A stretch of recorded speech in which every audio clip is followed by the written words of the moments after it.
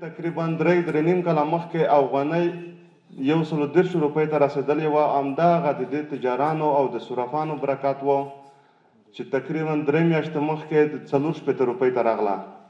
اوس د یوه میاشت کېږي چې د افغانۍ بیا لږ په خرابېدو شوه. ټول خلک په تشویش کې واچول چې افغانۍ خرابه شوه. 83 روپۍ ته $1 ورسېده. بیا د دغه افغانستان بانک او د دغه تجارانو او صرافانو برکت و چې نن ورځ موږ ته وینو چې 4.50 روپۍ $1 ته بدله کېږي. دا د موږ تاسو څومره افغانان ورونه چې دي دغه په دې پسې ګرځي چې فلاني څه وویل فلاني څه وویل. هغه خلک ما ولیده چې په 82 کې $1 اخیستي وو، هغه بیا بازار ته راغله په 15 کې واپس $1 خرڅ کړه، افغانۍ واخیستې. هغه غریبانو ډېر پکې تواني شوه، ډېر تاوانونه یې پکې وکړه. نو د ټولو خلکو نه او ملت نه او د سوداګرو نه مې غوښتنه دغه ده چې یو د خپل ذهن مثبت وساتي او بل افغانۍ چې دا د موږ او تاسو ملي هویت دی، د دغه نه د موږ تاسو خلاصول نشته. که چېرته موږ تاسو ځانونه عزتمن کوو، ځانونه قدرمن کوو، موږ تاسو به د ملي هویت قدرګنۍ وکړو.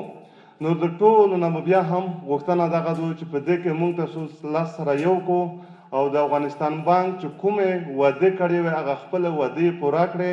او زه امیدوار یم چې انشاءالله دې ته به دوی دوام ورکړي چې تر څو پورې د افغانۍ کپي ثبات پیدا کړی نه وي.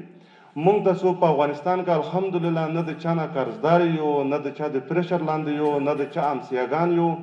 موږ تاسو اوس په خپله خودکفا طرف ته روان یو. سبا به داسې وخت راشي چې د دې نه به خلاص شو چې افغانۍ یا کلکه شوه یا ارزانه شوه. خو په ټولو کې د موږ تاسو د دغه سوداګرو د دغه تجارانو دا هغه خلک دي چې د وطن اقتصاد هم جوړوي، د وطن نظام هم جوړوي، د وطن آبادي هم جوړوي. د ټولو نه مې غوښتنه دغه ده چې خپل کار ته دوام ورکړي. هغه څومره سرمایه ګذارۍ چې په خارج کې کړې دي هغه د خپل افغانستان ته خپل وطن ته راته انتقال کړي چې موږ تاسو نور د خپل وطن کې خپل آبادي وکړو. که چېرته موږ تاسو په دې باور و چې زه په خارج کې اوسم یا په خارج کې وم او یا د 20 کاله دلته جمهوریت تېر شه، موږ تاسو ته افغانستان ګل ګلزار جوړ کړو. موږ تاسو ته پردی خلک وطن نه جوړوي. که موږ تاسو خپله لاس په کار شو نو زه امیدوار یم لکه څه رقم چې د 3.5 کاله په افغانستان کې امارات راغلی دی، د وطن په پرمختګ کې ډېر غټ تفاوت راغلی دی.